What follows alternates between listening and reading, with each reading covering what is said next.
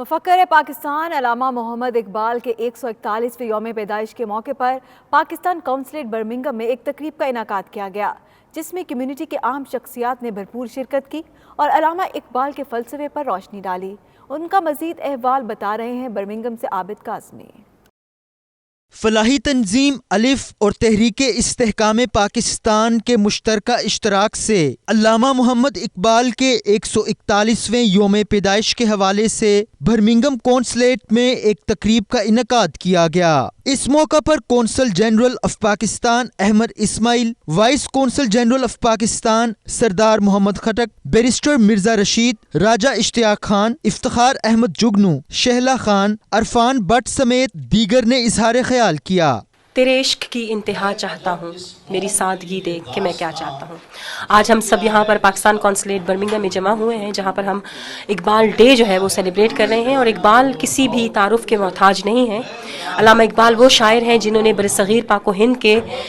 سوتے ہوئے مسلمان قوم کو اپنی شاعری کے ذریعے جگایا، اور ایسے شخصیات کا دن جو ہے بڑی زور و شور اور بڑے ہی جذبے کے ساتھ منانا چاہیے۔ اور یہاں پر ملک کے لیے جو ہماری ذمہ داری ہیں، ملک پاکستان کے لیے، تاکہ ہم احسن طور پر انہیں ادا کر سکیں، اس کے لیے ضروری ہے کہ ایسے پروگرام کیے جائیں، اور یہاں اس دیار غیر کے اندر ان پروگراموں کی اہمیت پاکستان سے کہیں بہت زیادہ ہے، کہ جس کے لیے ہمارے یہ لوگ کوشش کر رہے ہیں۔ فخر پاکستان علامہ اقبال صاحب کا جو ہے نا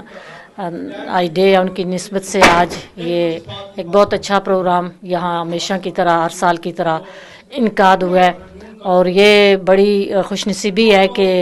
اس دیار غیر میں جس طرح پاکستان کے اندر تو ان کو یاد کیا جاتا ہے، لیکن UK کے اندر، برطانیہ کے اندر بھی ان کی یاد کو تازہ کیا جاتا ہے۔ اس موقع پر خراج تحسین پیش کرنے کے لیے شہلا خان نے نغمہ پڑھ کر تقریب کے شرکاء کو خوب محظوظ کیا، جس دوران بچوں نے پرفارمنس کی اور ڈاکٹر علامہ اقبال کی قومی ملی جدوجہد کو خراج تحسین پیش کیا۔ دیکھ کے خوشی ہو رہی ہے۔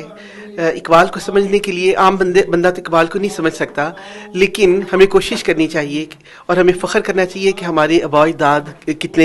کیسے تھے، اور ہم نے ان کی باتوں کے اوپر عمل کرنا چھوڑ دیا ہے، تو اسی لیے ہی یہ قوم کا حال ہوا ہے۔ علامہ اقبال کے شعر و شاعری اور ان کا جو پیغام تھا اور ان کا جو فلسفہ تھا، اس چیز کو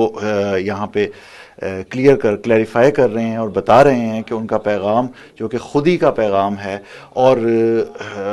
بر صغیر پاک و ہند کے نوجوان کے لیے انہوں نے پیغام دیا تھا کہ آپ اسلام